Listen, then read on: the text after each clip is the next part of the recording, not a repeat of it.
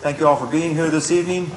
All commissioners are present except for Vice Mayor Basso, who is out of town. The change in the meeting date caught him off guard kind of with his unchangeable plans that he made around our original date. So we're sorry he's not here this evening, but can't be helped.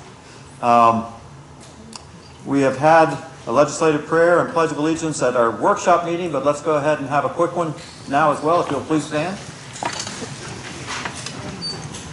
Heavenly Father, thank you for being here with us this evening. We continue to seek your wisdom and guidance in helping with the affairs of this city.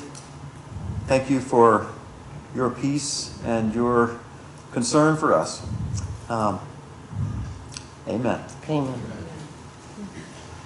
I pledge allegiance to the flag of the United States of America and to the republic for which it stands, one nation, under God, indivisible, with liberty and justice for all. Thank you all. Next on the agenda is additions, deletions, or modifications to the agenda. Do we have any requests from commissioners or staff? I have one. The fire chief is here this evening. We appreciate your being here this evening. He ended up kind of low down in the agenda, and I don't think we're going to require much of him this evening, so I'd like to move him forward perhaps to 4B, which basically would be next, unless there's reason not to. Hearing no objection, we'll do that. So we'll move item 8C forward to 4B. Any other deletions or modifications? Hearing none, we'll go to 4B then, otherwise known as 8C. We have a contract for the provision of fire services. Mr. City Administrator, would you like to introduce this? Let me give the preamble. The city has enjoyed a contract with Volusia County Fire District for, I believe, 4 years now, 3 years. They have served us well. It has expired, or will expire actually on September 30th. Required to do. We have not been doing that in the past. So it is basically a 10% increase over last year. But eventually we will be a full-fledged member of the district in terms of paying. With that, let me turn it over to the chief if you have any questions. There's actually no service issues that I'm aware of at all. Service has been spectacular, and as it is with every fire department, I don't think they're necessarily any different than any other fire department. So, Chief King, you want to say something? Or not? I'll say, as you're walking towards the mic, I'll say thank you very much for being here this evening. Well, it's just nice to let the people meet you. Appreciate that. First, my name's Joe King. I'm the new fire chief in Volusia County. I've been there 2 years. I've been the fire chief now since January 5th of this year, when the past fire chief just retired. Had the pleasure of working through this first contract. Some of the things I told you guys we kind of rearranged in the contract was just to provide more of a service to the city, that we are your fire department, and we'd be there to in community events and stuff like that. There were some provisions in the contract before that there was charges and stuff, and I'm like, if we're going to be your fire department, we're your fire department. So a lot of that was taken out of the contract, and we just worked through to try and get these things back to where we were trying to get. So. Well, I think the city administrator said it well, but we all greatly appreciate you. Anybody who's willing to run into a burning building to help me, you know, goodness gracious, we gotta love you, and we do. We appreciate it very much, and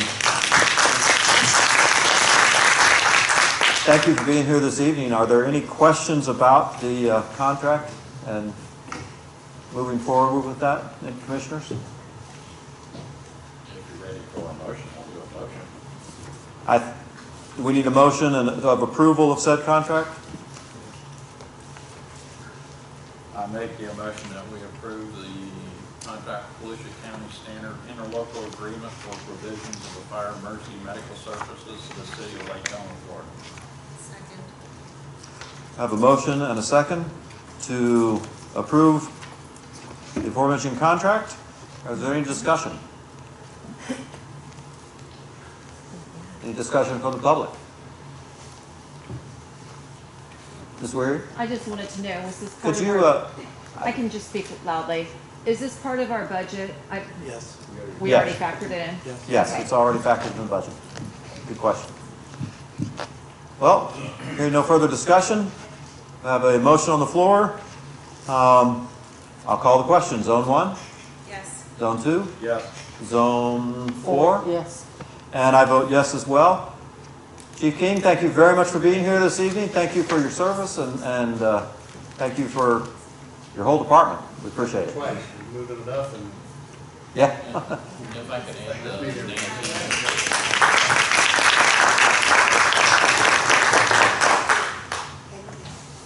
the part of the budget that it comes on is in the bottom.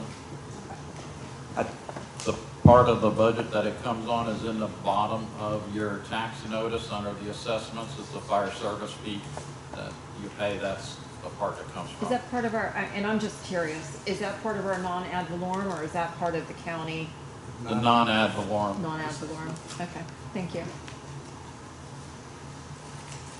Okay. Next on the agenda is approval of minutes. We have a motion to approve the minutes as presented, or are there any changes needed?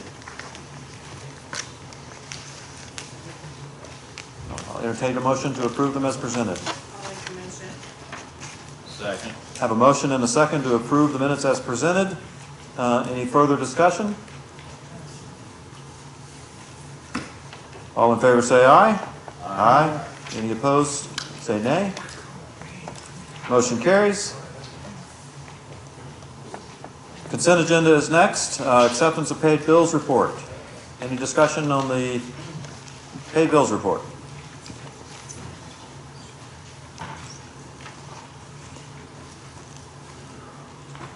Hearing none, I'll entertain a motion to approve the paid expense report.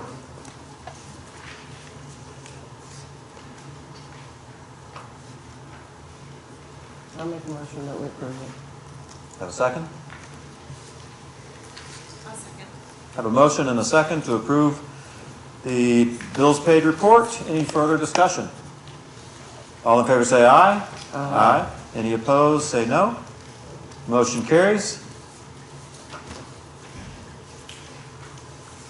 Item 7, old business. Public hearing, ordinance number 2023-01, second reading. Mr. City Attorney, would you like to do the second reading and/or introduce this? Sure, I'll read the title first. Ordinance number 2023-01, by title only for second and final reading. An ordinance of the City of Lake Helen, Florida, amending the Lake Helen Comprehensive Plan as previously amended, adopting a property rights element in Chapter 1 pursuant to state law, providing a statement of rights, providing for severability, providing an effective date. What this ordinance does is incorporates provisions into our comprehensive plan that are required by state law to be there. So it's a housekeeping issue.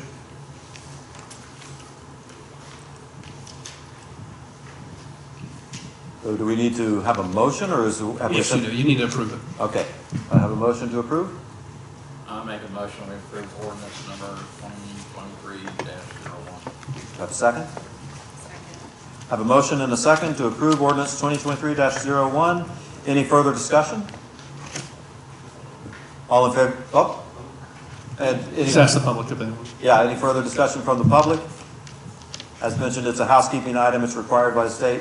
So it's pretty straightforward. It's quite straightforward. Hearing no further discussion, all in favor say aye. Aye. Any opposed, say no. Motion carries unanimously. Next, item 7B, approval of an agreement with the Woods subdivision. Mr. City Administrator, would you like to introduce this? Or I'll go ahead and take City care of it, Attorney? Mayor, if that's all right. Before you use the agreement we've been working on with the Woods, I know they've been here, I don't know if they're here tonight, but they've been before you a few times. What this does is Paragraph 1 is the acceptance of roads that they've requested from us. We are accepting the maintenance of the current roads. We're not accepting any obligation to build any roads that haven't been built. And we're only accepting responsibility to the extent that we maintain our current roads. We're not providing any additional or upgraded service on their roads than any other city road.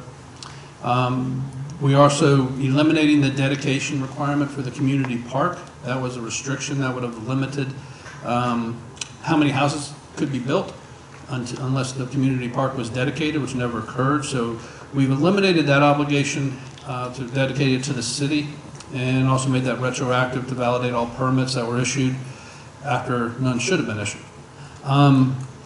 Third thing is, it's actually the certificate of completion. When the project, the subdivision was completed, there should have been a certificate of completion issued by the city. We could never find that in our records. The Woods didn't have that in their records, so we need to go ahead and say there was a certificate of completion. I believe pursuant to that, one of the things that triggers is within 3 years of the certificate of completion, we're supposed to have a review of the stormwater system, and any proposed maintenance plans, things like that are supposed to be identified in that review. That should have been done through, the Woods has been done for a while. And that engineering report should have been done a long time ago, but the Woods, the HOA is going to do that. They're going to submit all reports to us. And we have a paragraph in there just talking about the responsibility of each party. That goes to, with us accepting the roads, but we do not have stormwater. Stormwater is still with the HOA, but the stormwater lines are, I would assume, most likely under our roads. So if they're responsible for the stormwater and stormwater lines. If a stormwater line breaks or leaks and causes a washout and damages the road, they're responsible for fixing our road. Likewise, if we are doing repairs to our road, because we're responsible for the maintenance of the road, and that does damage to their stormwater system, the city's responsible for fixing their stormwater system. And then the last paragraph just acknowledges that they know they have the reporting requirements that haven't been complied with historically, so that they will provide us financial data, and they will also provide us the engineering reports that they're the one that I think the first one's going to be within 3 years of this certificate of completion. So this is what they requested. This has been reviewed by their attorneys, their attorney that has been before this commission before. And so we're all in agreement on this issue. If approved by the city, then it will then go to the HOA membership for approval. It has to be approved by them. And this doesn't become effective until it is approved by them. It comes with staff's recommendation for approval. Okay. Do I have a motion for approval of the agreement with the Woods subdivision? I make the motion. Have a second? Second it. Have a motion from Commissioner Eckert, a second from Commissioner Bishop to approve the agreement with the Woods subdivision, or homeowners association, excuse me. Is there any discussion? Yeah. Take The yellow card, Vernon, were you wanting to speak to this meeting or just in public? Okay, in the public forum. Is there any discussion? I know you, the Woods are here. We appreciate your being here. Did you want to address anything or? We worked on it, we agree with what's in there. Okay. At this point, we're in agreement. So far, and then you have to take it back for official, but I understand that. All right. Thank you very much for being here, and thank you for working with us to prepare this. We do appreciate it. Thank you, Scott, as well. Appreciate your work in preparing this. And do I have any further discussion? All in favor, say aye. Aye. Any opposed, say no. Motion carries unanimously. Thank you very much, and look forward to your approval. It's slow, but we're getting the things done. And new business, public hearing and ordinance on first reading, requirements for obtaining building permits for single-family and duplex structures. Mr. Attorney. Ordinance number, doesn't say, but I'm going to tell you what it is. 2003-05 by title only. An ordinance to the City of Lake Helen, Florida, amending Section 5.01.02, application for building permits, and creating section 14.04.01, single-family duplex submittal requirements to regulate submittal requirements for single-family and duplex developments, providing for legislative findings, providing for conflicts, providing for severability, providing for codification, providing for an effective date. I can go over this one. You want to talk about it? Yeah, go ahead. Okay. You may recall that there was, it kind of came out of the sidewalk issue about what is the submittal requirements. And we realized that the submittal requirements for single-family duplex didn't really have submittal requirements. I think it was single-family didn't have submittal requirements, but there were some. If we were going to require submittal requirements for single-family and duplexes for permitting, it was onerous. What we were asking for, because we were asking for everything that would be a larger development. So staff worked with, including myself, our building official, and our engineer. They came up with language in terms of this is what they need to review for a single-family or duplex structure. So this just creates a new submittal permit requirement for single-family duplex structures, which is less burdensome than would be for larger developments. And this went to the PLDRC and was approved for a recommendation for approval. This is something we asked for a few months ago, and we've been working towards it. I appreciate your work on that. Yeah, it kind of came out of the sidewalk issue, and how did this, why aren't sidewalks being required, and what were the submittal requirements for single family? And we found that single family had exemptions, so we needed to create single family permitting requirement, but we thought for just to put them into requirements to do the submittals everybody else has to do was too onerous. There's too much to ask for. And so we created a new one for single family and duplex. Now, if somebody goes into a triplex, that goes under the full normal submittal requirements because there's more information we need when the structures get bigger. I know this was something near and dear to Vice Mayor Basso's heart. He has been asking about this type of thing for quite a long time. The sidewalk issue brought it to the fore yet again. So this is approval on first reading. He will have opportunity to weigh in next time it's brought before us. Do I have a motion to approve? I'll make a motion to approve it. Do I have a second? I'll second. I have a motion and a second to approve ordinance 2023-05 on first reading. Any further discussion? Yes. In the section 5.0102, the first paragraph, you're adding vertical construction and removing and/or project descriptions. What about horizontal construction? Most of these, if not all of these changes, came from the building official and/or engineer, which basically means I can't answer that question that you just asked. But we can get the question for you between first and second reading and ask why they made that recommended change. So you'll have an answer before you do second reading. I wondered about that verbiage too. I don't know either. Yeah. And I don't want to guess. So the question is horizontal construction. Why is that not included? Yes. Right? Okay. I mean, it could probably be answered just by eliminating the vertical word from the thing, but I didn't add it. limits it to this way, and Yeah. what about this way? I didn't make that change, so I can't really tell you why. But I will get you, or staff will get you an answer. In hopes that all of our ordinances would make sense to any layman at some level. I mean, they have to be technical at some level, but they also need to make sense. That's one that's a little bit confusing, so maybe it's just our lack of construction knowledge, but. All right, we have a motion on the floor to approve on first reading, ordinance 2023-05. I believe we've had all the discussion we need. All in favor, say aye. Aye. Any opposed, say no. No. I'm gonna wait until I get the answer on that Okay. horizontal construction. Okay. Well, the motion carries, and yes, we won't forget that question because it's a good one.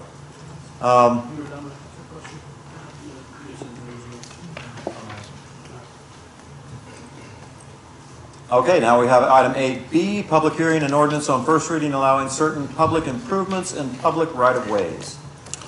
Ordinance number 2023-06. Okay.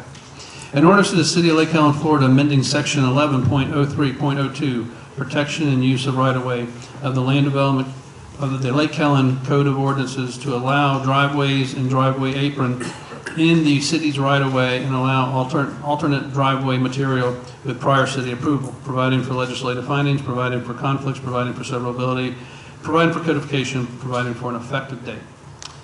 This came about because someone had requested to put brick pavers in the driveway apron, which is located within the city's right-of-way.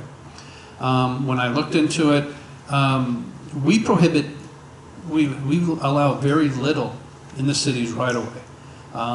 So I don't even think we allow driveway aprons in the city's right-of-way. So what we're doing is modifying the code to make it clear that driveway aprons are allowed, and also you can do some material other than standard materials, such as concrete, in the driveway apron, such as brick pavers or whatever the case may be, with city approval. I think the driveway aprons have always been going in, and it's just kind of logical that you would be able to do that, but technically the way our code is worded, we do not allow anything in the right-of-way. It's very limited what we allow. So we're just cleaning that up and also granting the authority for people to install other material in the driveway apron. And we got this language from how the County of Volusia handles it.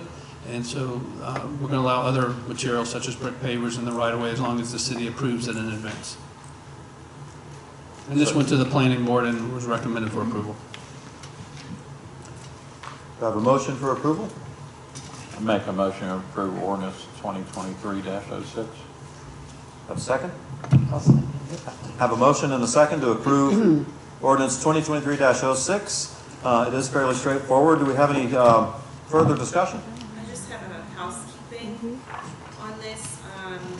Under section 2, number 4 is listed twice, and the second one also had 5.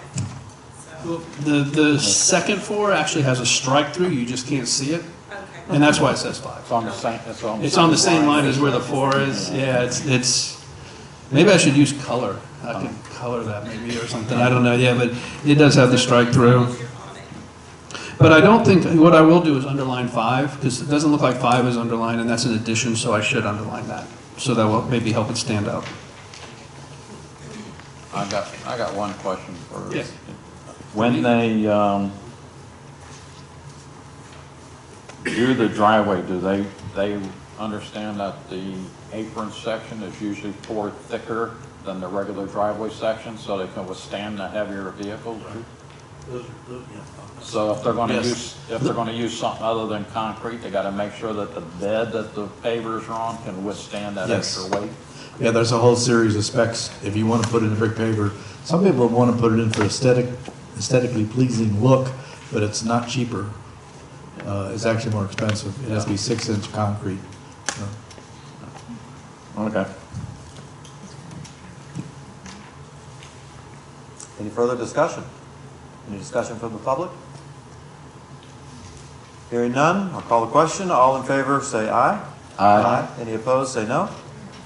Motion carries unanimously. Well, we're clicking through these tonight. I appreciate it. Item 8D, an ordinance for providing for a policy on location of sidewalks. Mr. Mayor and members of the commission, I just put this on as an update so that you'll know where the sidewalk ordinance second iteration is.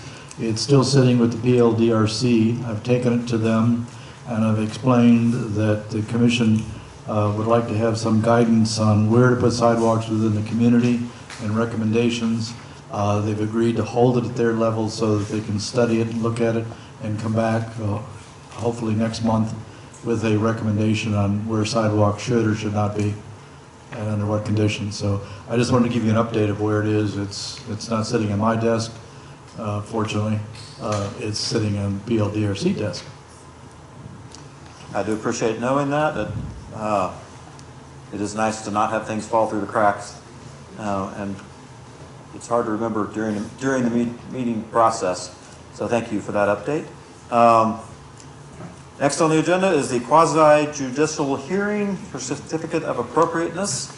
Do we have any ex parte communications to disclose, Commission? None. And I have none. Thank you. So we have 3 items. Do I have a motion to approve these 3 items as a group, or is there need for discussion? I make a motion, we approve the quasi-judicial certificate of appropriateness for 351 West Washington Avenue, 410 West Michigan Avenue, and 236 South Euclid Avenue. A second? I'll second it. Have a motion and a second to approve the certificate of appropriateness for items A, B, and C. Is there any discussion? Any discussion from the public on any of these?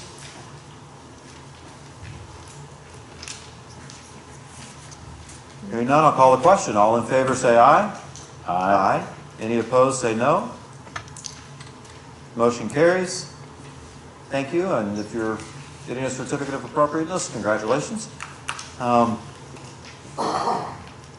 Last is item, well, not last, sorry. Didn't mean to get your hopes up. Next, public forum. I do have 1 yellow card. Probably have some more coming. But Vernon, you're the first yellow card. If you would come forward, if we could have everybody use the microphone, it'll help us a great deal in our taking of minutes and also hearing. Yeah, if you'll grab a mic from one of the staff there.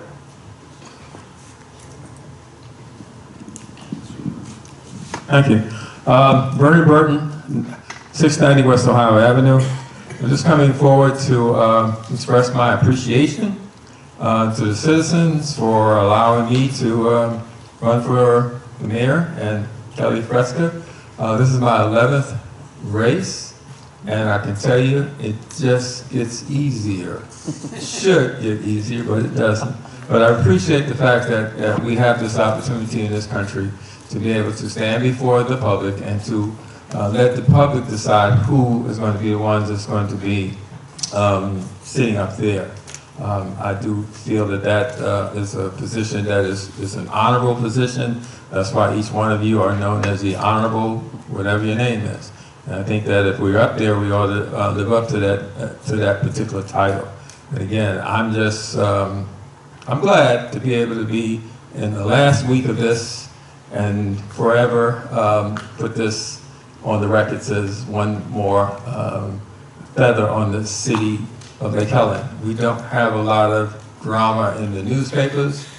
Social media, that's another story, but at least that we as citizens, we've conducted ourselves as good citizens, and I appreciate all the support, and both positive and negative. I think that's what makes us what we are. Thank you.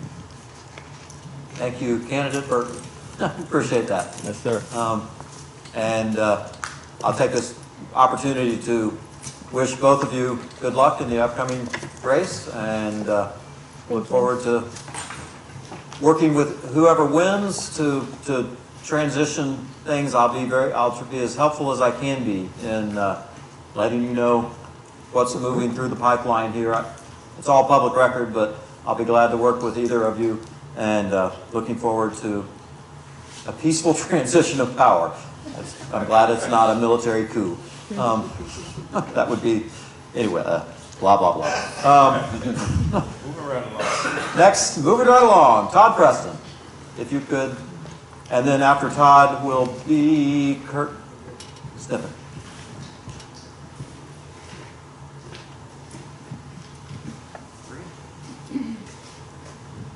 Thank you.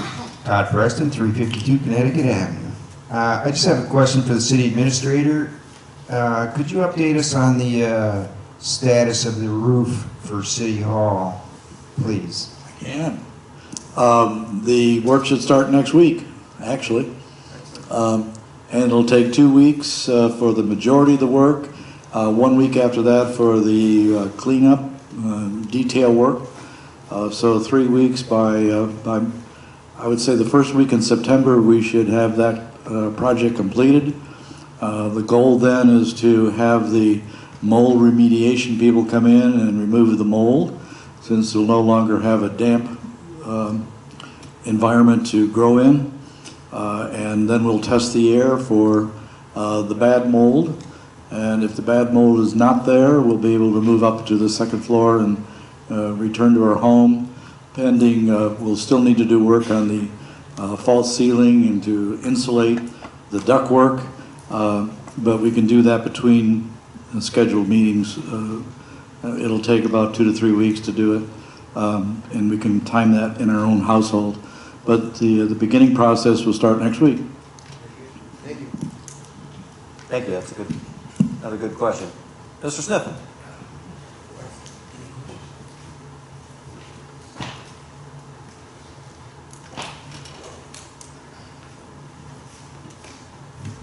Good evening, and thank you for allowing me to speak. First off, Lee, glad to see you up and around. Hello. Glad that you're up and around on your feet. Good to see that. Cameron, you broke my heart by dropping out, just letting you know.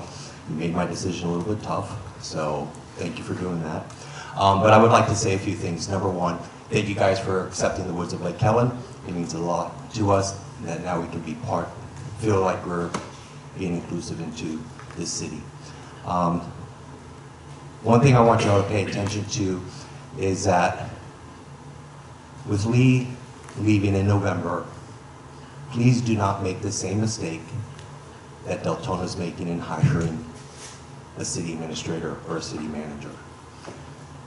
They just threw somebody in there that really didn't have the best interests of the city at heart. And with him leaving abruptly, he took 2 more people with him, important key people. So when y'all are making this decision, number one, Chisholm is not the answer, okay? But be very conscious on who you're picking for this position, because it's very important, especially in a small town. With the upcoming budget, kind of take that into heart when you're paying or figuring out how much you're going to pay this person and everything else. But once again, I just want to thank you all for accepting us in, and also Kelly, Vernon, best of luck to both of y'all. Thank you. All right? Thank you, Mr. Sniffen. And yes, we want to be good neighbors with the Woods, and I appreciate the working with y'all. I really do. It's going well. And yes, I was remiss in not saying, Lee, it is good to have you back. And we're very glad to see you here. And I appreciate, Kurt, the words of caution about proceeding forward and getting somebody. It is a very critical position, and I hope we get some really good applicants. You brought up also the election. I'll say one more time, I did withdraw from the race. Everybody knows that now, I think.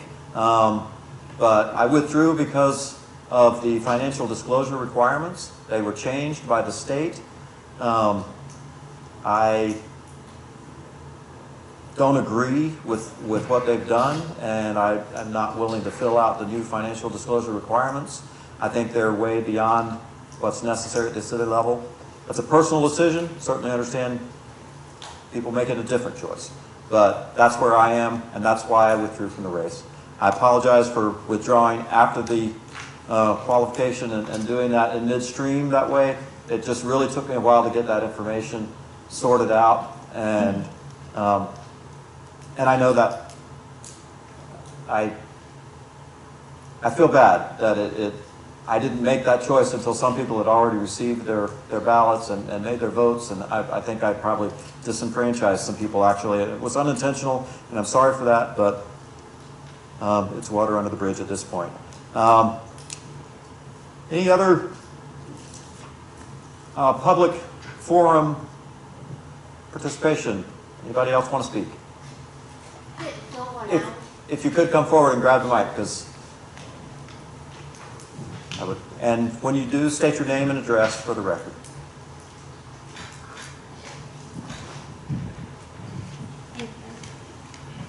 I didn't fill one out. My name is Amber Langford.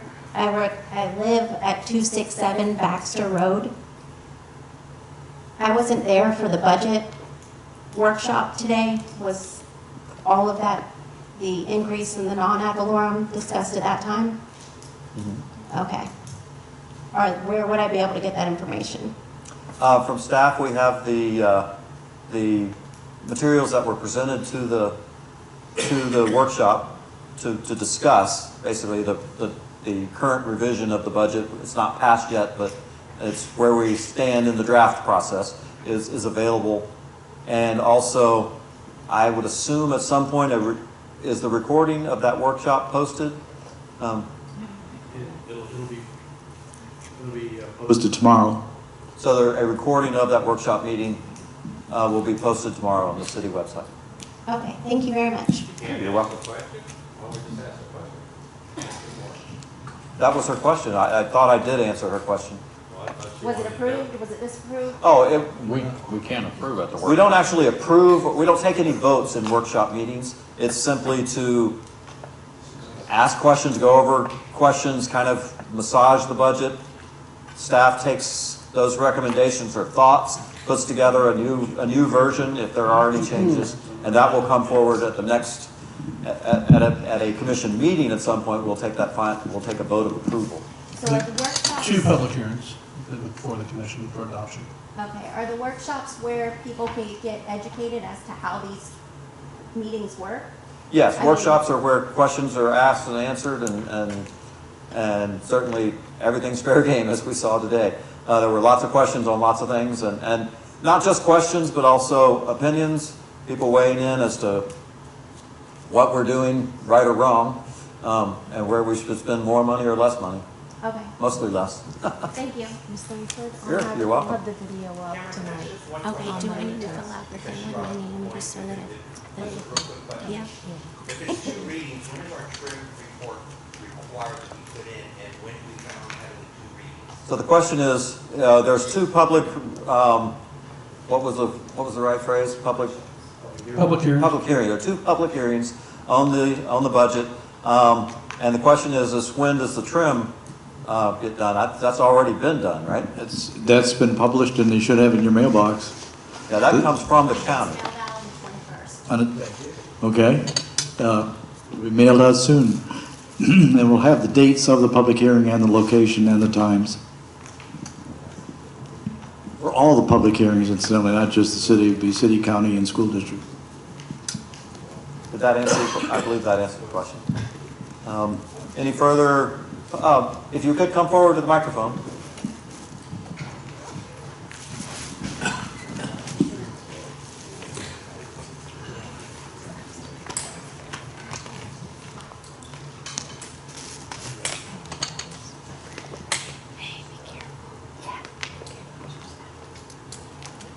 And again, state your name and address for the record, if you would. Thank you. My name is Betsaida P. Jernigan. I live at 471 East Cape Glider Road in Lake Helen, Florida, 32744.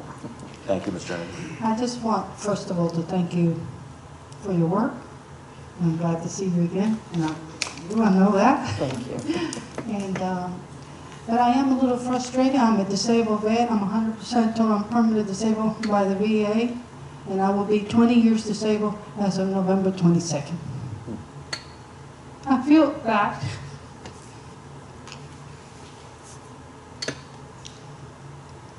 I apologize.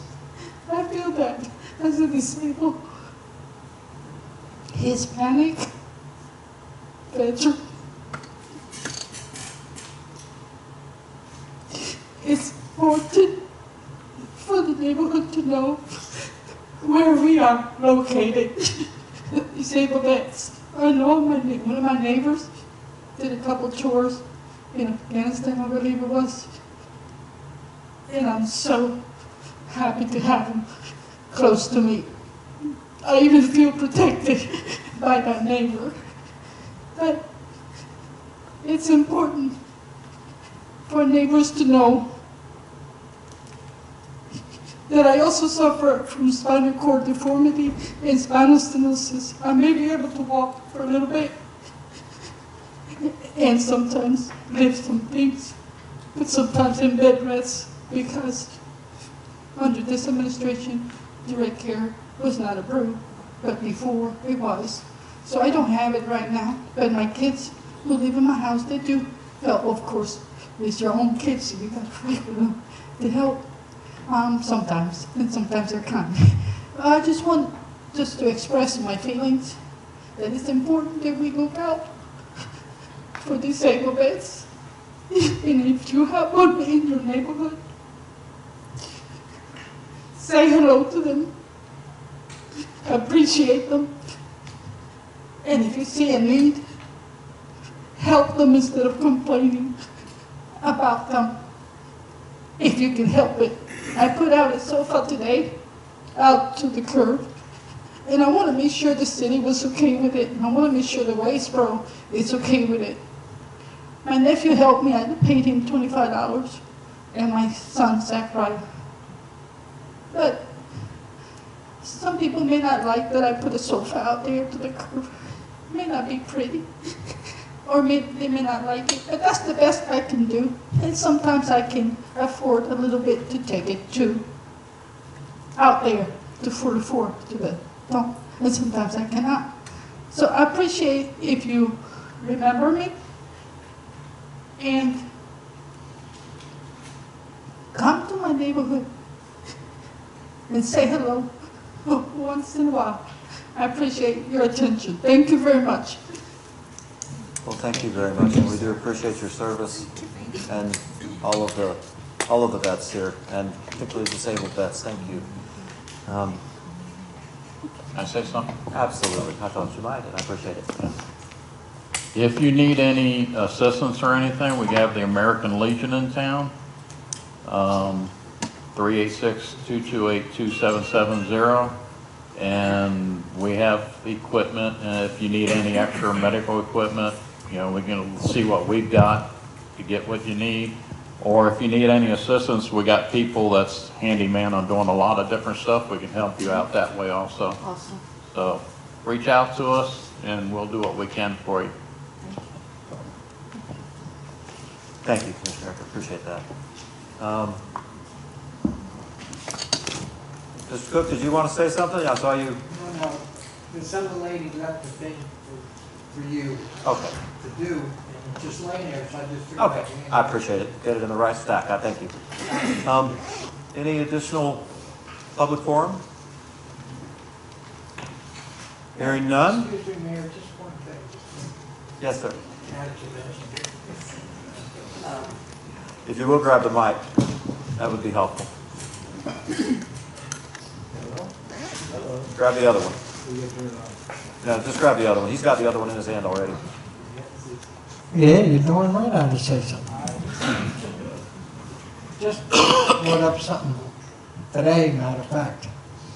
A lot of people probably don't even know it, but we have a siren that was put in down at the horse arena and stuff a few years back.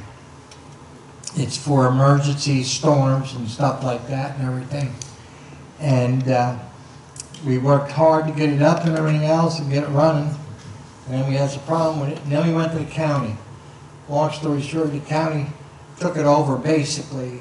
So all we have to do is notify them that there's a storm coming because it used to work. And then what we did to make it a thing so everybody knows what's going on, they used to set it up for like every third Monday or something to set it off so everybody knows what's going on. But I thought with the hurricanes coming up and everything else, it'd be darn handy to look into that with the county and see if we could get, where am I going? I'm sure you're looking at you. And let the police know we can get that on, get it going again and stuff. I'd appreciate it. Thank you. Thank you, Mr. Cook. Appreciate that. Item number 11, Commissioner reports by zone. Zone 1. Wait, Something. I My think you microphone missed doesn't work, something. so I'm gonna. Did I miss something? Oh, I guess you're gonna wait till my turn to do If the. you'd What's like on to go there? first. Yeah, that's fine. You want to do a reverse order on Yeah, we that? can do reverse order. Zone 4. Okay, well, it's on the agenda. Yes. For the report, or for the presentation. So I just wanted to say, things in Lake Helen are changing, and we can't stop progress, unfortunately. Sooner than later, we will have an apartment complex in our little town. Decisions will have to be made concerning the growth of our PD. I know no one wants to dissolve our department, including myself, but we need to make an educated decision, and it is our fiduciary responsibility to our taxpayers to have as much information as possible when making the hard decisions. Only a fool wants to make blind decisions based on half-truths and rumors. We owe it to our citizens and ourselves to gather as much information as possible. Fortunately, Sheriff Chitwood has graciously agreed to give us a presentation so we can make that informed decision. So all we need is to decide if we want to have the presentation or not. So. Okay. Well, I'm asking. Are you making a motion? I'll make a motion that we vote to do the presentation. That we did a presentation Yes. from the, do we have a second? Currently it dies for lack of a second, but I will just, it's not exactly Robert's Rules of Order discussion, but I don't mind talking about it a little bit. I understand and appreciate where you're coming from, and gathering information, I think, is an important thing. Sometimes the rumor mill gets going long before it should, and I think you're right on. You're right to want to gather information. We do have a responsibility to know all we can know, and it's not just. Otherwise, we're just making assumptions. That's right. And guessing. And I appreciate your wanting to get the information that way. I will say that that Sheriff Chitwood did provide some information that we all received, which was actually helpful. I think a presentation might be beneficial, and at some point we might want to bring this back up, because we could, I think, learn from him. I don't want to waste his time and spin his wheels when I don't think that's where we're going to be going. That's why I didn't second the motion, and perhaps I don't want to speak for y'all, but maybe at some point we'll want to revisit that. Well, personally, I have not heard any complaints except for the general rhetoric about our police department that allocates anything needing to even look into getting rid of them. When it comes to the apartment complex, if they ever end up building it, there's agreements that are done between agencies, and that apartment is going to be right there on the border with DLAN. So with Lake Helen PD, DLAN PD, and Volusia County Sheriff all responding to that call anyway, I think it's going to be well covered with law enforcement. So then we wouldn't need extra officers, is what you're saying. And if we get rid of our police department, we're not going to get anything better from Volusia County except for somebody that nobody knows. Well, hang on. That's why I said if. If is a big word. There's Volusia County, you're going to end up getting a person that nobody knows, where our police department, the people know them. So I think just leaving it the way it is, unless there's something brought up that says that they're doing something absolutely wrong and need to get rid of them. Nobody's asking to get rid of them. We're just asking for some education. So that's fine. I mean, it's fine. I brought it up, it died, that's fine. No, it's fine. I laid it out here, who would only want to make decisions without information, and I'm good with that. Okay. I do have a blue card here, and I'm sorry, Joy. I can't read your writing. Whoever sent this. I believe she's in the hallway. Oh. Can you read this?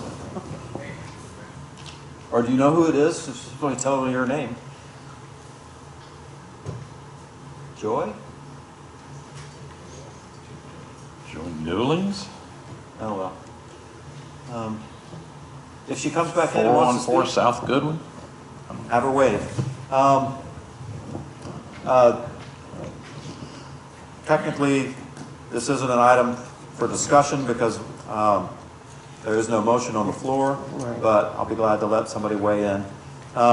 Again, I don't think anybody is actively campaigning to do anything with the police department. I think we're all very satisfied with the police department.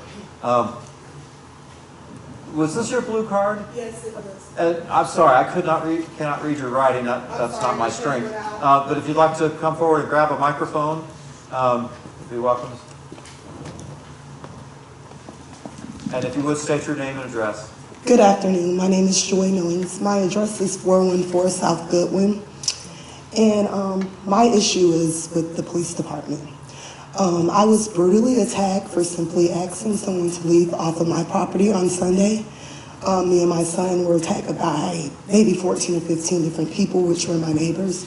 No one was arrested. So I have a problem with that. No one went to jail. I have been to the state attorney's office. I'm not even sure charges were filed.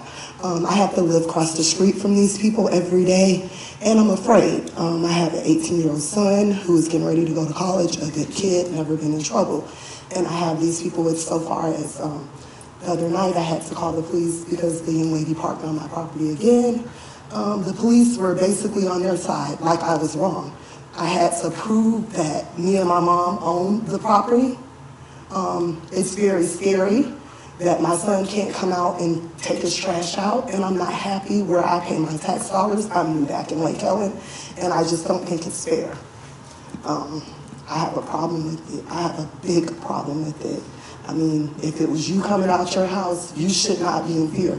You should not have to wait 28 minutes for the police to come after you call 911. It's very, very scary, and I don't know what to do. I need you guys to help me as the people. Since you're looking at me. No, I'm just. I have a question. Mm-hmm. Are you the lady that just invested in building a house for the last year and a half? Yes, ma'am. Okay. On Goodwin, yes, I am. Okay. Yes, I I am. heard about Mm-hmm. the situation. So I have a serious problem about that. The police not doing their job. I have a serious problem. I have a video in my phone where this young lady got into the police face and the police is scared. I have a problem with our law enforcement being scared of civilians. I mean, I don't understand it. I don't. I'm sorry. I didn't mean to cut you off. I'm sorry. What were you going to say, Renee? I don't really have much to add. I don't think we can really adequately address something in a public meeting like this as far as a specific incident goes. I would just refer you to the chief. I spoke with him. Okay. I spoke with him several times. I'm not going anywhere with them, so I'm afraid. I don't think I should have to pay my tax dollars. You should have to pay your tax dollars, and the police are afraid of the people that are committing the crimes. I have a problem with that. I have a big problem with that. And like I said, I'm new back in Lake Helen, and I get it that we're a little old school, but I have a problem with that, a serious problem. My 18-year-old son should not be scared to go out and put his trash out. I have a picture where one of the kids was in my yard with the gun. I am afraid. Who do I keep? I don't know what to say. I mean, and then the officer, videos, she's literally in his face. He's afraid of her. That's a problem. Big problem. Mayor, let me look into it if you would. Yeah, I just have to refer this back to staff. There's really nothing I can say to weigh in as far as specifics of this, but I hope we can find some help for you, and certainly I'll thank you for stepping forward on that, Mr. Administrator. I hope we do find some help for you. That kind of leads me into something that I've been wanting to bring up about our Lake Helen Police Department. Her living in Goodwin and everything, I would really, really appreciate it if Brandon could try, and I know it's not easy, but to try to get a more diverse police department so that all of the citizens feel included and represented, and someone that they feel that they can deal with a little bit better. It's a thought. Like I said, I know that it's not just easy just to pick somebody off the street, but yeah, exactly. But that's what I'm saying. You're looking at hiring anyways. But somewhere down the line, we do need to have a more diverse police department, for sure. So that's just a thought too. The only problem that my first side I just want to say is the ones that we've had in the past, agencies will pick them up like that. When all agencies are hiring people a lot more than us with a lot more benefits, you're never going to keep those people because they want them more than we do. Orlando, Altamont, everybody who does that way, they will eat up anybody that is not white and Arbor. Well, I don't remember having that many in the past, but I It's think the Spanish people, the Spanish people. I appreciate hearing some of the potential parts of the competition for people. It's, I'm sure, a very real thing, that competition. Yes, if you would like to address with public forum, we're actually in commission reports by zone. You want to do a public forum thing? I feel for her. I feel for anybody who moves in to a city, moves home, and doesn't feel safe. And you call it sexist, call it what you want, but when you're a woman and you can't feel safe in your home, we have a problem. And I sincerely hope that something can be done immediately, like before you go home tonight. I was doing so bad where they're parking, where if I pull out my house, I'm almost hitting them. I mean, I've complained about this with cars. I've even tried to do a complaint about a red car has been there over 3 weeks. Don't even know where to complain. Well, I think I've heard a little bit about this, but I heard the full story of the passing and why the people were there. And it's probably not a public forum. And I'm going to interrupt you. Obviously, I'm trying to interrupt you. We really can't address the specifics of this and make promises. It's just not something we can do as a commission. We But I can't think address as an a individual thing community, like and this. we are all neighbors, I do believe we should all stand together for Well, the safety of one I'm another. glad you have your beliefs on this, but I'm going to turn back to the agenda, and I do hope we find some assistance for you. I do, but I don't want the commission to try and address this as a commission. It's really not an appropriate commission thing. Cameron, sorry. Since it is an item that's that's been brought up, and it's something important we're talking about. I'm sorry, I can barely hear anybody past the front of the stage, so you have to get a microphone. Since it was brought up, we gave the young lady the opportunity to speak. It's attached to the discussion that Charlene was talking about. Can we not have someone patrol in front of our home on a regular basis? There's someone that's speaking and has a concern for their welfare. Can we not at least get the commitment that your officers will drive by specific times during the day? Well, we did get a... I'm going to go ahead and speak on this. Okay, yeah, you'll grab the mic. I want everybody to understand that what we're doing now is speculating. You heard somebody talk for a couple of minutes. You do not know the whole story. I'm not going to repeat the whole story for you. People don't need to know about it. It's not fair to Mrs. Millings. It's not fair to the people that she is talking about. We are actively working on it. Most of what she said today was not true. There is a lot of stuff that is done. It did not take 28 minutes to get out there. We have filed charges, and I have spoken to you about this. So my words are getting twisted. I want everybody here to I'm talking, please. I want everybody here to understand, do not speculate on this, because there's a lot that you do not know, and that's all I'm saying. Well, and that's a perfect example of why it doesn't work in a meeting like this to address these kind of things. And Brandon, I appreciate, excuse me, Chief, I appreciate your desire to speak to the record. I really do. But we just can't address things like this in a public meeting. It just can't work. We can't make the situation better for you. The city administrator has agreed to look into it, and I'm sure more will be done, but not in this setting. And I apologize for that. It's just this setting just doesn't work for this type of thing. We were on commission reports by zone.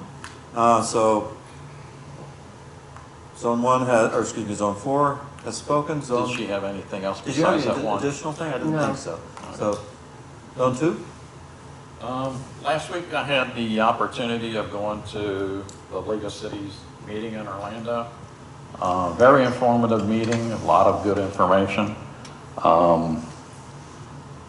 At one of the meetings, they were talking about what services that they had available to the cities.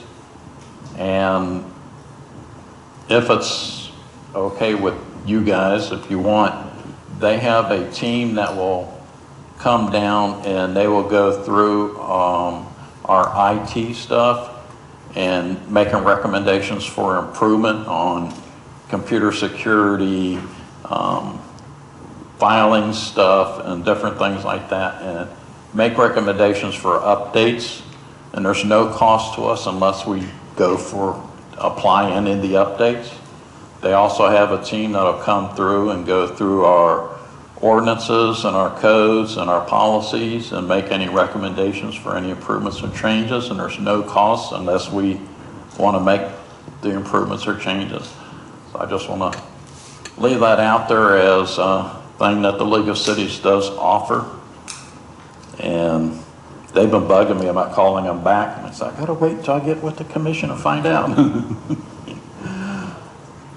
Also, one of the keynote speakers there was one of the developers of OpenAI.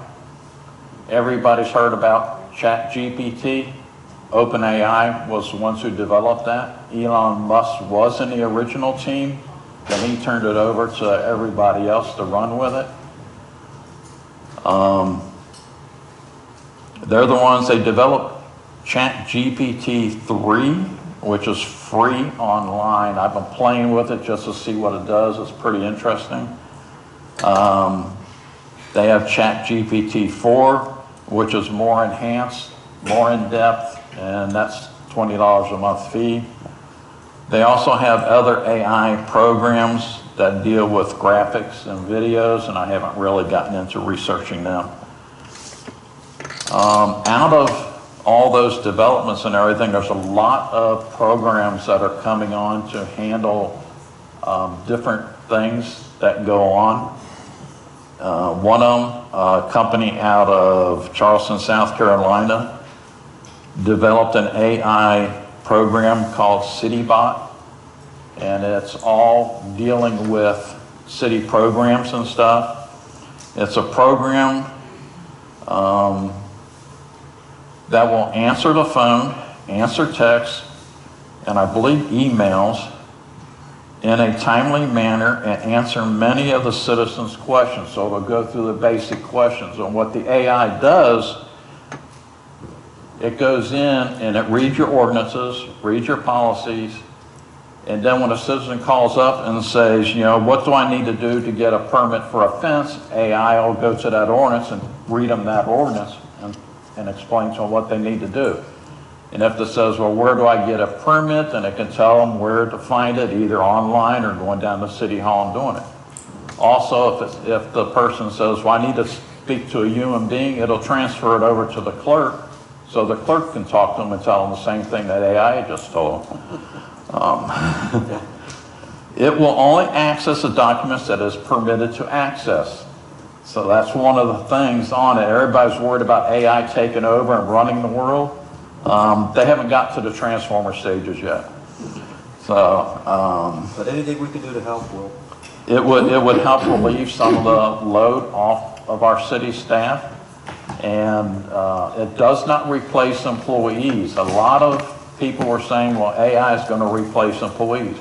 What they are finding out is actually it's increasing employment, because the companies need people to fill the other positions that AI can't do.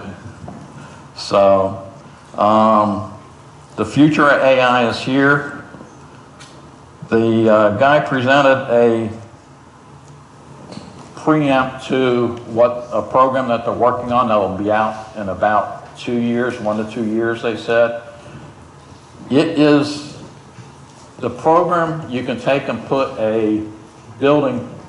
If somebody wants to build a building and they submit a building plan, and it's got to go through a plans review and people are looking over it, and it goes through different departments. The fire marshal does his part, the city does their part, and everybody does their different parts and everything.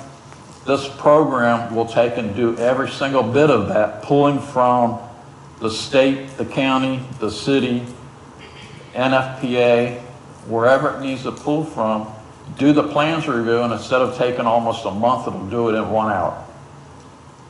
So that's where AI is going into improving development and everything. And I would like, if it's okay with you guys, is for our staff to look into what it can do for us. This is CityBot's website printout. It lists different things that you can take and resources you can take and demo programs that you can take and look at to see how it fits in, if it'll be something that we can use. They won't give the cost unless you request something from them to get it, so I don't know what the cost is. I didn't want to go that far. But if I can give this to the city, if staff can take and look into it as a possible solution to some of our problems that the people complain about, we don't answer nothing. And it also helped handle billing too, so it's. At some point, these things are going to get to where they really do work, and I think we're getting close. Well, the company also has a ring, and it's biometric DNA or biometric or whatever to that person. If somebody steals that ring, they can't use it on anything. It won't work for them. It only works for the person that it's geared towards, and he's got to have it on to be able to access a program or whatever he's going to do. It's a whole advanced security system for computers and stuff like that that they're getting into. So and he did the night before he did his presentation, he put together a big presentation, and all he did was read 3 sentences into the computer, and the computer generated this 20-minute presentation, and in it he requested them to be presented by, I think it was a female named Susan, and let the computer decide what to do. Well, it generated a Spanish-looking female named Susan who spoke and went through all the whole presentation and everything to the audience on screen.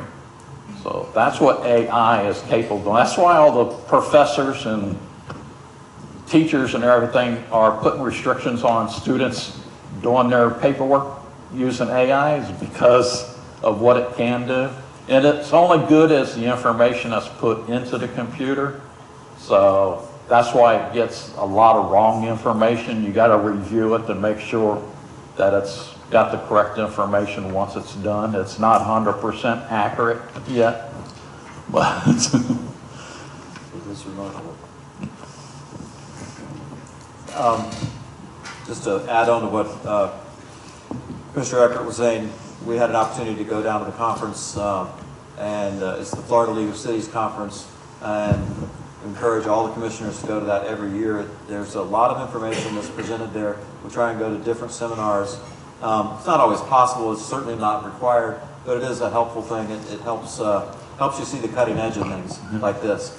And I got one more. Thank you for sending us, and we hope that it's, over time, it pays for itself. It really does. And I got one more.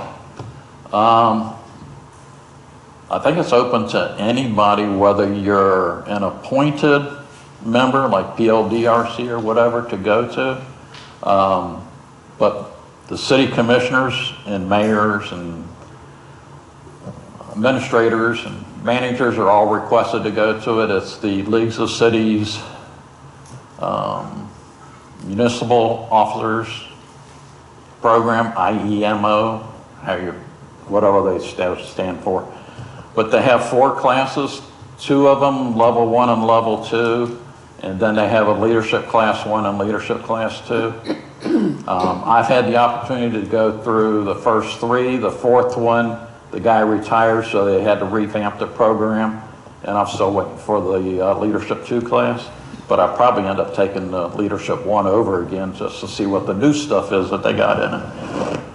But this is the first year any municipal people, if they want to take it, EMO 1 is, I think, October 6th, 7th, 8th, or somewhere in that time frame, whatever that weekend is.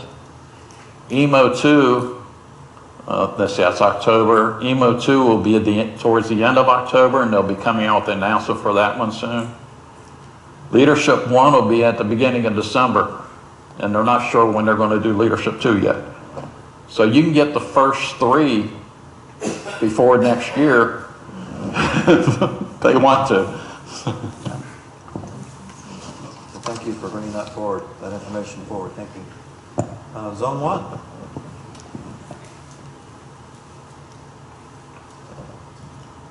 So my microphone doesn't work, so please tell me if you can't hear me.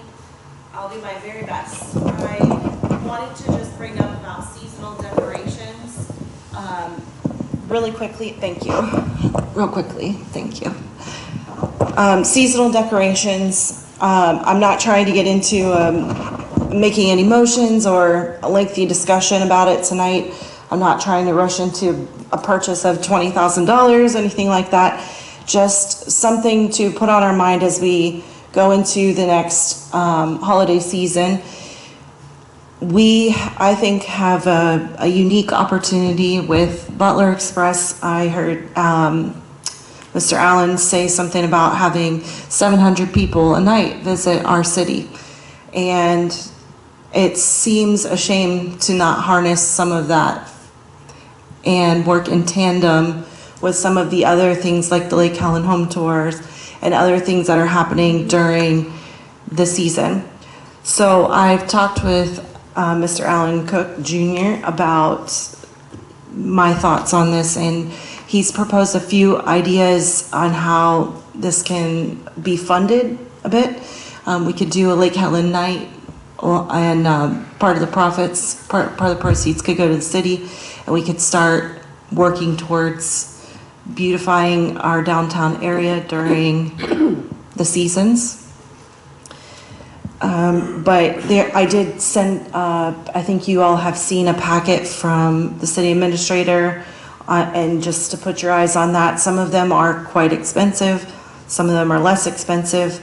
But I know in our budget we have the cultural and recreation line item, where we do purchase some decorations for other holidays and banners and what have you. So if it's something that we'd like to consider, I just want to put it in our, in our mind, and hopefully it can be something that is funded through the program of the Butler Express, or having a, some type of fundraiser, so that we can add in a community event during the holidays.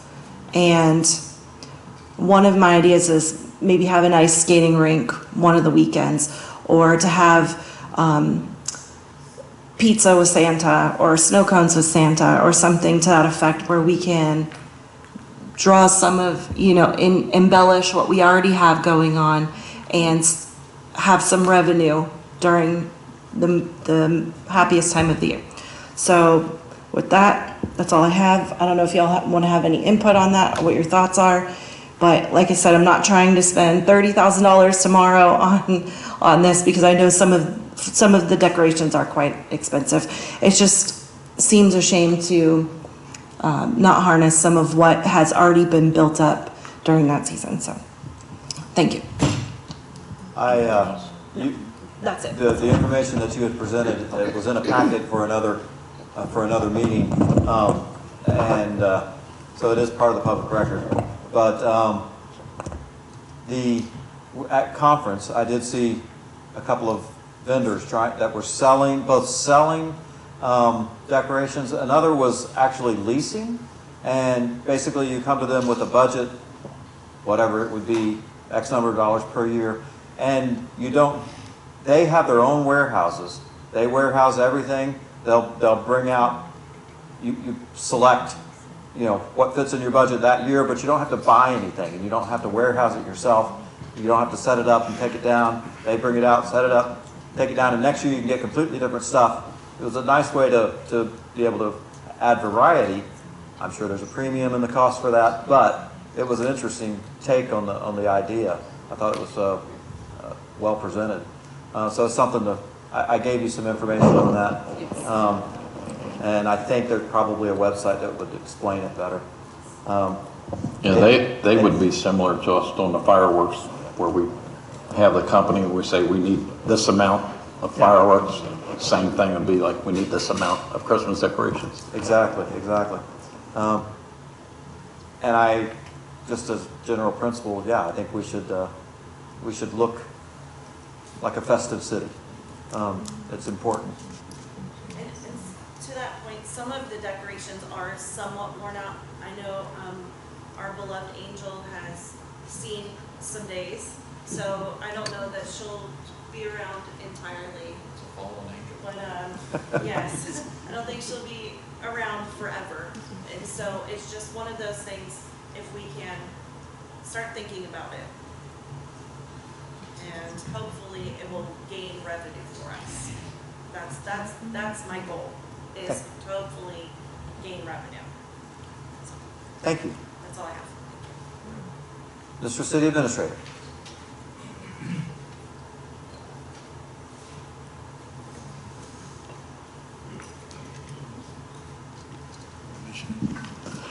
Thank you, Mr. Mayor, members of the commission. The first thing I'd like to do is call on the Public Works Director and the Chief of Police for their monthly reports to the commission. They're not on the agenda, but that's because I forgot to put it on there. I'll let them, okay. Good evening. Big thing that we did was the National Night Out. That was a great event. It was a try run, so next year is going to be a lot bigger, but I do want to give a special thanks to some individuals. Rachel from Rachel's Wing Shack at the Land donated the hot dogs, the coleslaw, and the baked beans. Joy Taylor was out there to assist with the facility. Alan, you here? Here. What was the bounce house guy's name? Jesus? Yeah, it was Red Bow Rental. What was it? Red Bow. Red Bow Rental. I forgot that one. And also to Arvetta Russ and Russell Russ. They're the ones who cooked the hot dogs. So, but we had a good event. We had a good turnout. We're going to do it again next year. It's going to be much bigger. The gyms. What's that? The gyms. I just figured that was there, yes. Special thanks to the gyms too. Wouldn't have happened without them. Collins Pools and Ice Cream. Collins Pools and Ice Cream. Anybody else I forget? Yeah. Other than that, we had our first week of school. They have a new traffic pattern at Ivy Hawn.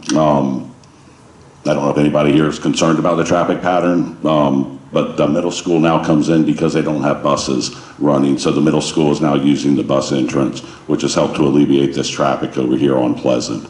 I say that today traffic got pretty backed up. I don't know what the holdup was, but things happened the first week of school. But other than that, that's it. Go ahead. I'm sorry?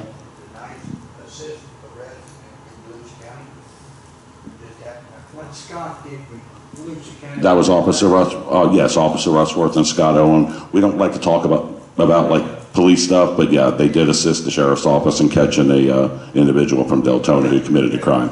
Yep, absolutely. Actually, he was here, and I was going to thank Denny. Thank you, Chief Mullin. Appreciate it.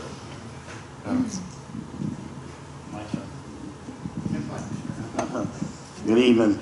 I had passed out earlier to you guys the Public Works report. You'll be getting them monthly now. I don't like to sing.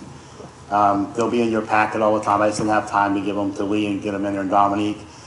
They highlight all the major things we do during the month, things like that are important, trees being removed for what reason, water lines if something happens, things like that so you can be informed of what's going on, the citizens. And I put copies here also. The citizens can grab them at the same time. One of the big highlights I put in there in your packet also is just a few of those minor forms that I'm working on a complete hurricane guide. So when we have a hurricane or a disaster, it'll work pretty much for all of them. When I'm done with that, I'm going to sit down with all the volunteers and all the locals, have a conference in our conference room at Public Works, tear it apart, rebuild it, continue to tear it apart till we get something that we think is going to be good, and we'll tweak it every year. But it'll have like generators where we need to put a generator somewhere. Do we need to have more pumps, things like that. In there it has vendors we use, what we should do before the hurricane, during the hurricane, after the hurricane for the first 24 to 72 hours, things that we need to improve on. You know, it'll be a guide for everything, and we'll have that, and I'll continue working on that. Then my next step will be a maintenance plan to work on the buildings and stuff like that. It's going to take me a while, but I'm working on it as we go, and you'll see the progress as we go on there. The McKenzie Avenue, probably see the drainage down. You see we've got a bad thing there. I've contacted the county. They're going to get with us, see if we can get a price from them to fix it. I've asked a few locals because I know you guys bid it out and it came in almost $100,000, like 90 grand, I believe it was. So, but we have it failing even more right now, so we need to do something with it. So we're working on that. And we also had, Leah got a letter from Echo about the equestrian center bleachers. We had some there that were bad. They weren't worth repairing, so we went ahead and Leah approved getting aluminum bleachers. They were scheduled to be here about 6 to 8 weeks. They'll be here tomorrow. So we'll have them installed next week, and we can have that part of the Echo out of the way. And they just wanted to report when we were going to do it by October, wasn't it, Lee? Just a report. So we'll be done before we even have to give a report.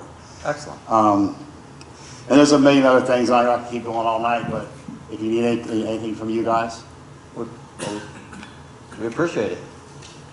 I really do, and it's nice to get the communication going again, and thank you. Appreciate it. I don't want to speak. It's your presentation right now, so it's open back to you. Mechanically illiterate tonight. The only thing I wanted to comment on is the recruitment process for my successor. We have sent out the RFP. You've authorized to 80 headhunters within the United States through the Demand Star process. Unfortunately, only 8 of them have actually opened them. We can tell who's opened them and read them. Only 8 have. None of them are what I would consider major players within the state of Florida. With that, I have called one of the major players that at one point did approximately 90% of all of the recruitments, and he is going to get back to me. I specifically sent the RFP to his attention. He's going to get back to me tomorrow. So the opening date for these are September 8th, in time for our meeting next month in September on the 15th, whatever it is, and I'm not sure it's 14th, thank you. So we're on track, although I'm a little concerned that we're not getting the interest I had hoped for, but we're on track for that recruitment process. That's all I have. You got one more thing. Sharon, thank you. Thank you. We have a personnel situation I wanted to bring to your attention. In October of 2020, Sharon Hall, who was then a full-time employee with 40 hours a week work schedule, was asked by the then city administrator to drop back her number of hours to 30 hours per week, and she would be retaining her medical benefits and etc. Unbeknownst to Sharon at the time, she didn't realize that she was still a full-time employee. She was cut back, in her opinion, to being a part-time employee, but our personnel code stated that anybody at 30 hours or more is a full-time employee and entitled to all the benefits. And the benefits, either you have them or you don't. There's no gradation of them. She was cut back to 3 days per pay period for vacation and PTO. She did not realize what had happened to her until recently. She has sent in her letter of retirement, and she intends to retire next week. And we have a conundrum. The situation is that if we restore her benefits, which we should do, is to make her whole in terms of the days and hours that she should have accumulated, would put her over the maximum accumulation, and she would not be able to be paid for the maximum, over the maximum accumulation.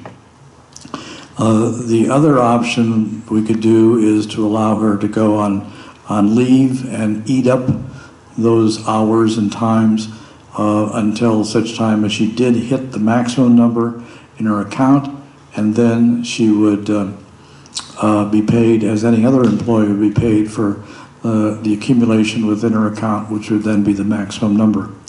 Or we could simply say, I'm sorry, it was a mistake on the part of the city, but there's not much we can do about it. I've talked to Scott at it several times at length, and it is, you want to talk about it? The discussion I've had with Lee is obviously adjusting the accrued time that she was entitled to up to the maximum accrual that's allowed to be cashed out is not the issue. The issue is when you go above that, and now we're going to be cashing out somebody who more time than what our policies and procedures currently allow.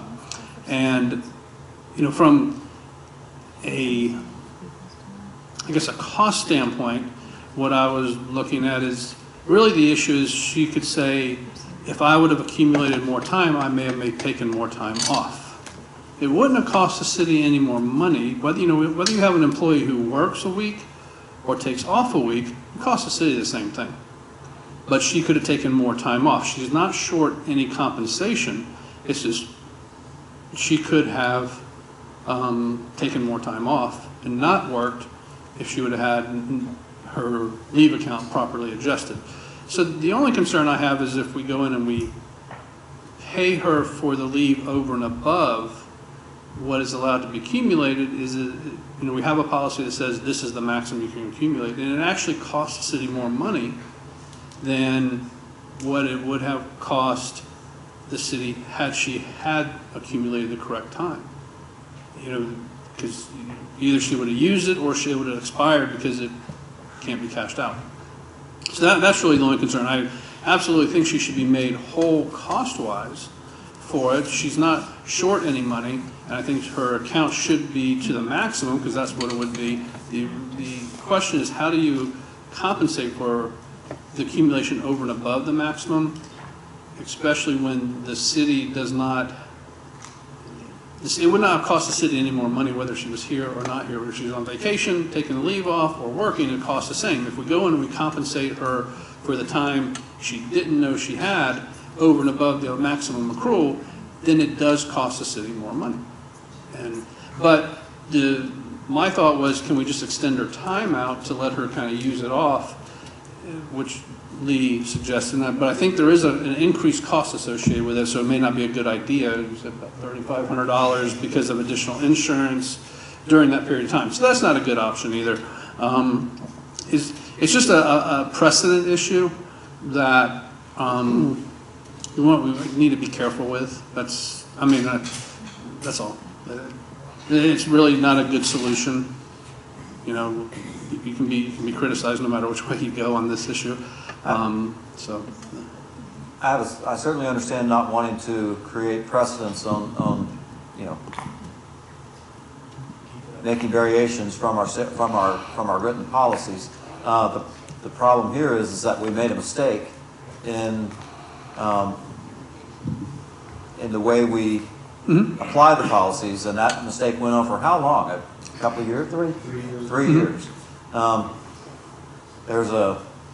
I suppose there's some weight on the employee as well to be aware of what the policies are and to inform us if we're messing up. But it's certainly, we bear part of the responsibility to make sure we're applying our policies correctly. So does it actually set a precedent if we go around that cap, because the only reason we're going around that cap is because we made a mistake 3 years ago in the way we were accruing or letting her know what she was accruing. Correct. And if she didn't use them, the hours during that year, whatever was above the maximum accrual, she would have lost. Anyway. Right.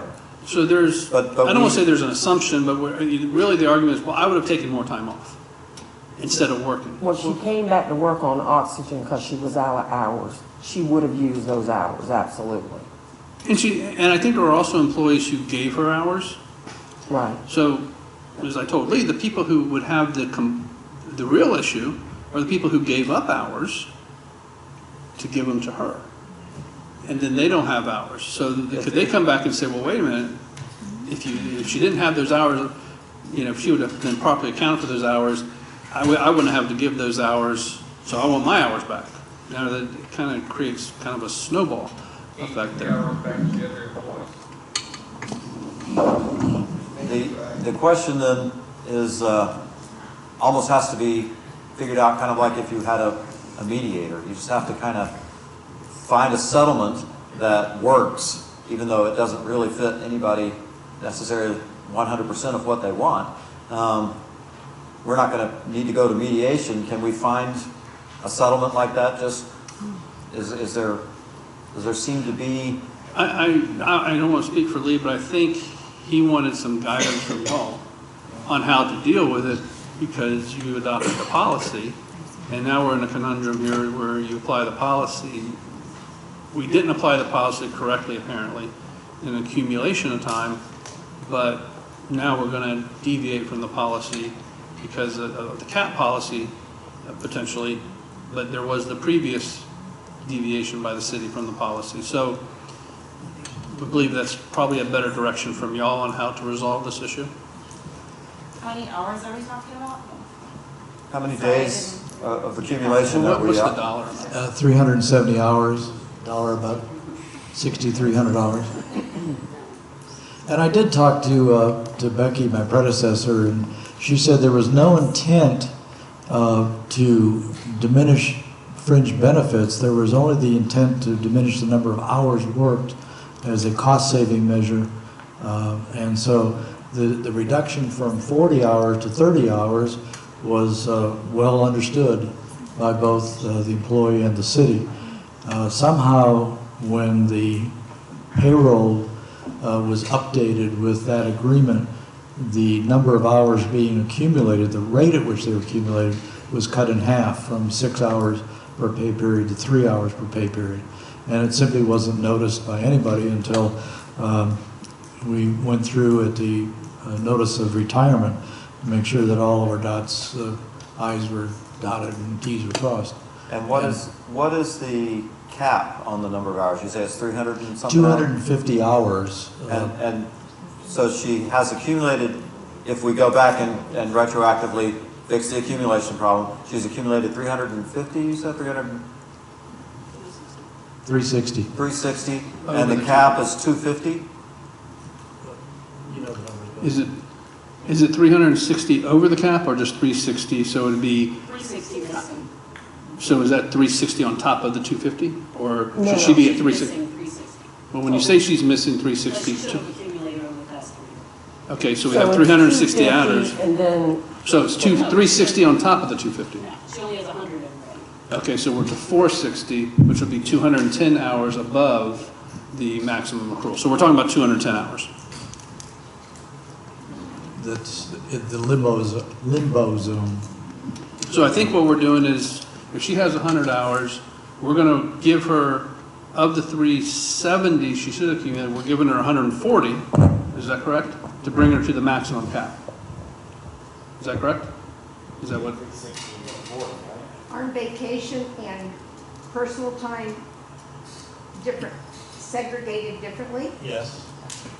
240 for vacation and 360 for And they're paid differently too. personal, and you get 1/4 of the Yes. 360 Correct. on exit. This did happen when I was ready to retire. I was going to retire in July, and I had more than 240 vacation hours. I had more than 366 sick hours. So I had to wait until September and use my time. The same thing happened when Keith retired. It's not unusual for employees to lose time at the end of the fiscal year because they've reached the maximum. But in this particular case, the employee did not realize that their accumulation rate had changed now 3 years prior to, and she should have accumulated an additional 360 hours, correct? To put her at 460, which would be then, how maximally 200, What is the maximum for, 220 or 240 or 250? I can't do it in my head anymore. What's the maximum accrual? 240? Okay. So it's, so that 4, 6, so it's 220 hours above. Okay. So, Now, you know, from the comments, there is a difference. There are two types of leaves. One is PTO, and when you leave, you can accumulate up to 360 hours of PTO, but that's only paid at 25% value. So that's one calculation. Vacation, you can accumulate 240 hours, but that is paid at 100% valuation. So they're significantly different. And does she have a PTO issue? Does she have a PTO issue, hours, or is it just vacation issue? So what is the total owed? Let's talk about vacation. So is the vacation, she's allowed 240, she's at 100, she's allowed 240. So we added 140 hours and she still has, she had was it 60 you said? 370 total vacation? and 360. So she's at and she's one, in so the she's at process of 220 retiring. What hours. did you say her retirement Tuesday. date is? Tuesday. Tuesday.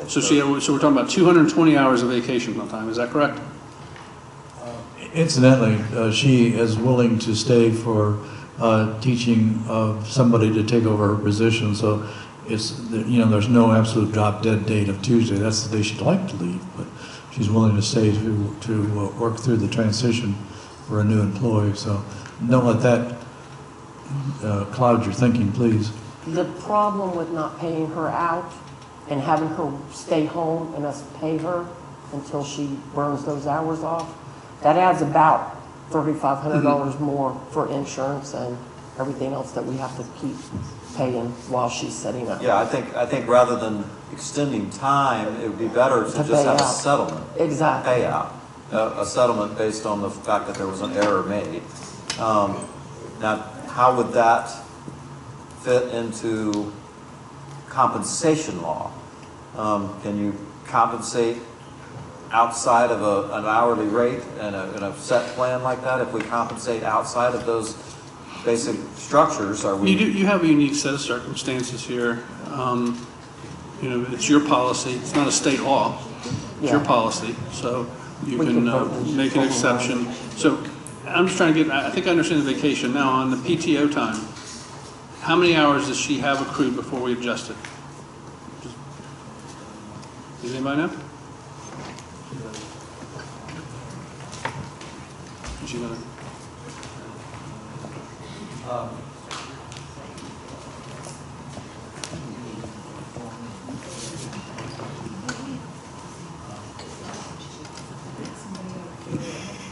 Well, one option is just a simple thing. I'm trying to figure out the numbers, and I don't know the exact numbers.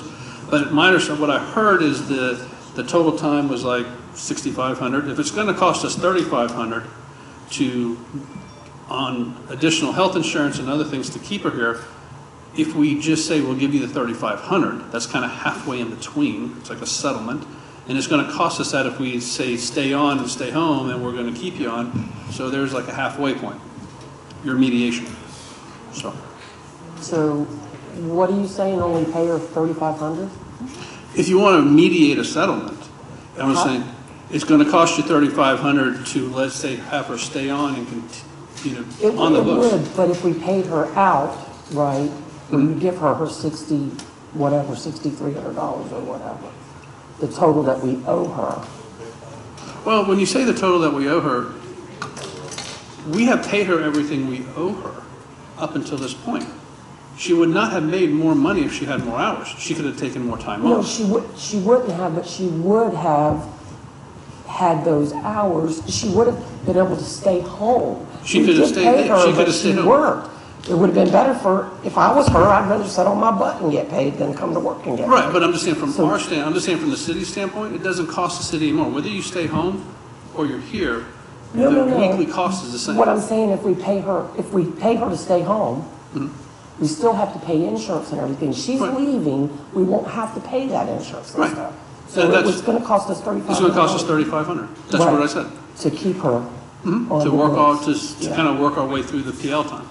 Because we're gonna cash out what she's entitled to. Right. And cap, we're gonna do that. Just the amount over the cap, which I understand is gonna be $6,500 approximately, to pay her, if you take the time that she would have accrued, without any cap, how much she wasn't given, it would be $6,500.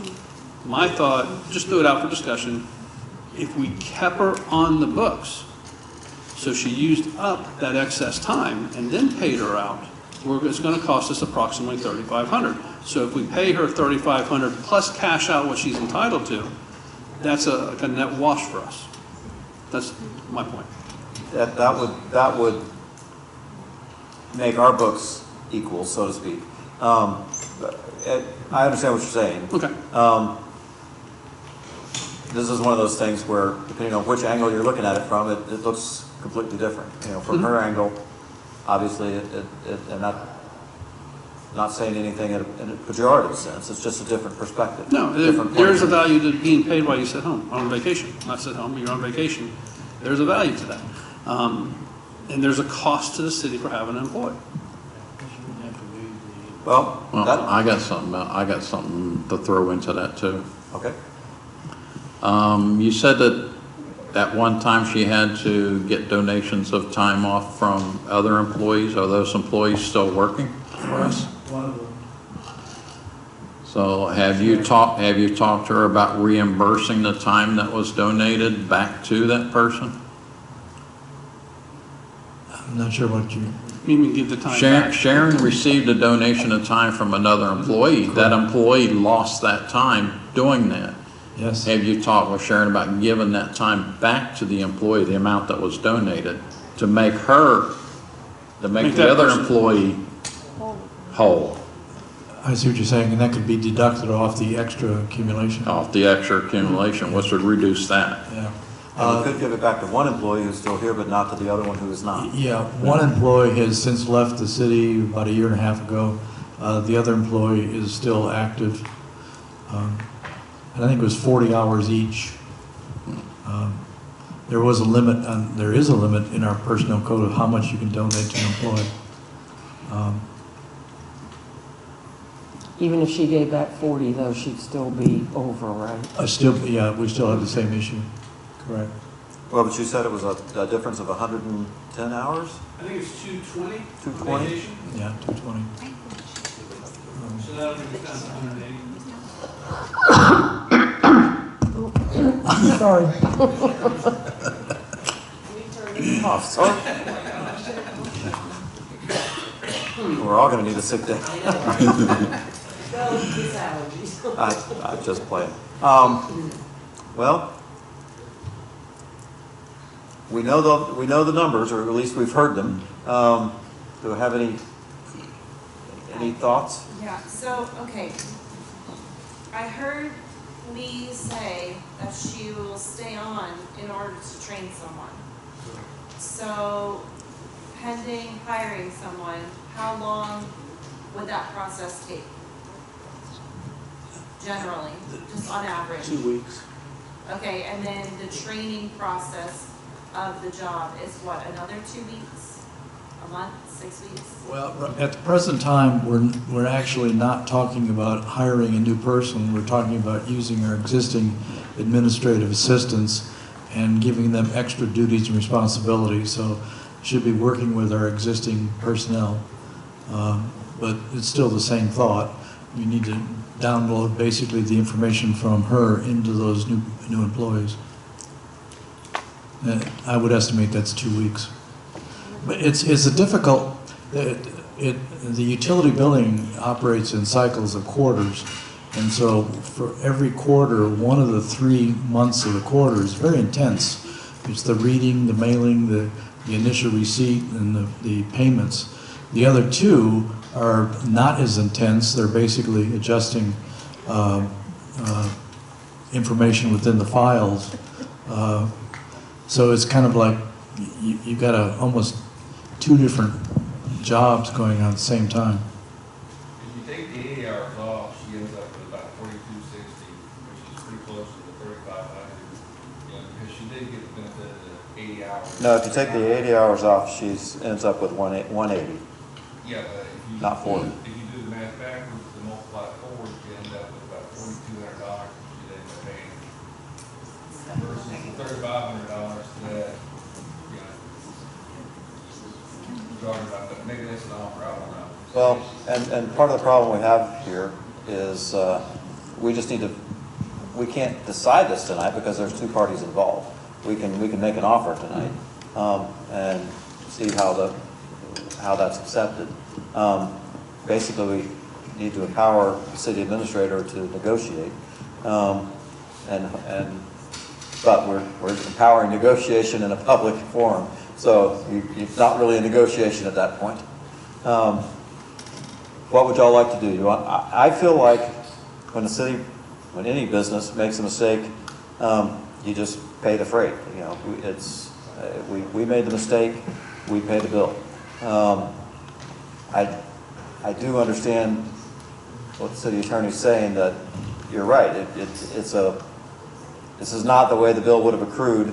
It's not the way the expense would have accrued had it gone on its regular way. This is adding to the city's expense in an additional way that wouldn't have happened otherwise. So that's our conundrum. What do y'all want to do? I agree with you, if we make a mistake, we need to fix it. As long as the other employee gets reimbursed for the time she donated, I have no problem with it. I think that's a reasonable thing, is that reimbursing from those accrued hours back to the other employee who donated them. It's not a monetary reimbursement. It's just a transfer back, and making that offer. Are we on the same page? Pretty much. I think we are on the same page. I think we're on the same page. Is that clear to y'all what we're thinking? They take those 40 hours that were donated by another employee out of these hours, put it back onto that other person's account. Actually, there were two. There were two, but only one's still here. Yeah, but there's only one we can. But only one is here now, correct? Right. Okay, so you deduct that and pay the overage. Pay the overage, since it was our mistake. Yeah. I understand. I do have one blue card, Ms. Braska. If you would take a mic. Thank you, Scott. Well, Roger asked basically my question, but the other part is, what about the other, was it 40 hours? Can that go to a bank, to like a bank for any employee who ends up in that situation in the future? Yeah. That's a reasonable question. Keeping track of it would, creating a separate category wouldn't necessarily, it does make sense that she shouldn't get reimbursed. She shouldn't get the cash for what another employee graciously donated to her. That does seem a little bit. Yeah, she'd be getting paid twice for the time. Yeah, and she'd be getting reimbursed in cash what the other person was trying to donate to her in time.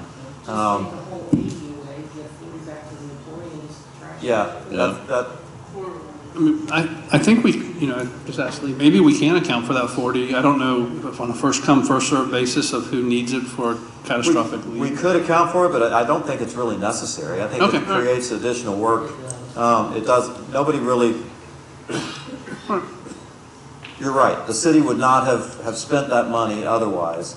We need that The AI. employee that left was gracious to donate it, and it's a shame that they missed that opportunity, but it's through no fault of anybody's really, other than the city's, and we can't really fix that. But we can fix this moving forward.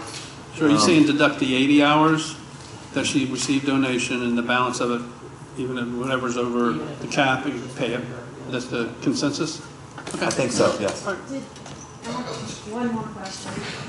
Did the employee who donated those 40 hours, did they leave without taking all their time? I have no idea. Because if so, then that 40 hours should send it back to them.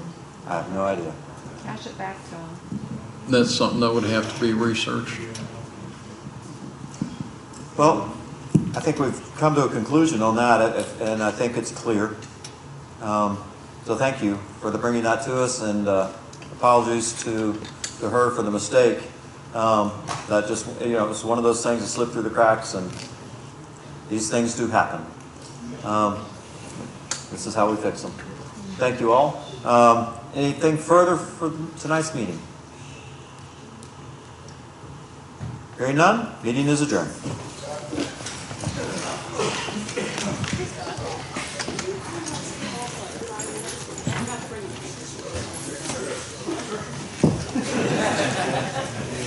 Now you're gonna charge for your signature? Oh, or now you're a rock star, right? You know what you can do now? You know what you can